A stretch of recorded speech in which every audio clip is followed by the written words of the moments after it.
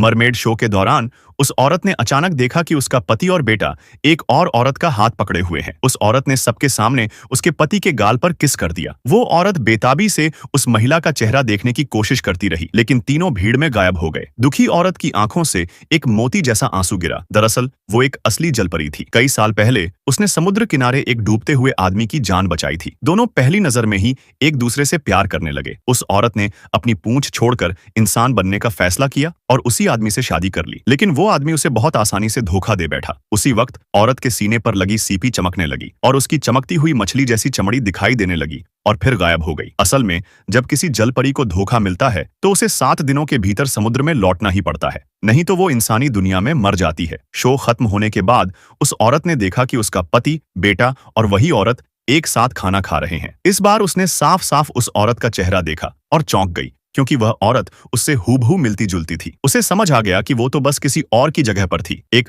बदली हुई छवि। रात को पति बेटे को घर ले गया, लेकिन अचानक बेटे को एलर्जी का दौरा पड़ा और वह बेहोश हो गया। पति दवा लेने बाहर गया और उसी दौरान औरत ने अपने जादुई उपचार करने वाले खून से बेटे को ठीक कर दिया। बेटा जल्दी ही होश में आ गया, लेकिन औरत अपना गुस्सा रोक नहीं पाई और पति को डांट दिया, तुम्हें तो ये भी नहीं पता कि तुम्हारे बेटे को नट्स से एलर्जी है। अचानक बेटे ने उसे धक्का देते हुए कहा, तुम बुरी माँ हो, तुम मुझे कुछ भी खाने नहीं देती। वो औरत स्तब्ध रह गई। उसे यकीन नहीं हुआ कि उसकी सारी ममता और बलिदान बेटे की नजरों में बेकार है। पति उसे समझाने की कोशिश करता है, तभी उसे प्रेमिका का फोन आता है। वह झूठ बोल देता है कि उसे ऑफिस में ओवरटाइम करना है, लेकिन तभी औरत के फोन पर प्रेमिका का एक उकसाने वाला संदेश आता है और अब औरत को सब समझ में आ जाता है। उसका दिल टूट जाता है और उसके शरीर पर और भी ज्यादा मछली के स्केल्स उभर आते हैं। इसका मतलब था कि अब समुद्र में लौटने का समय बहुत पास आ गया है। अगले दिन पति ने उससे प्यार जताने की कोशिश की, लेकिन उसने उसे धक्का देकर दूर कर दिया। वो उसके पीछे पीछे समझाने दौड़ा, मगर जैसे ही उसने दरवाजा खोला, वहां वो प्रेमिका खड़ी थी, बेहद घमंडी अंदाज में। वो पति की छोड़ी हुई कुछ फाइलें लाई थी और जानबूझकर पुराने किस्से सुनाने लगी। यहाँ तक कि उसने बताया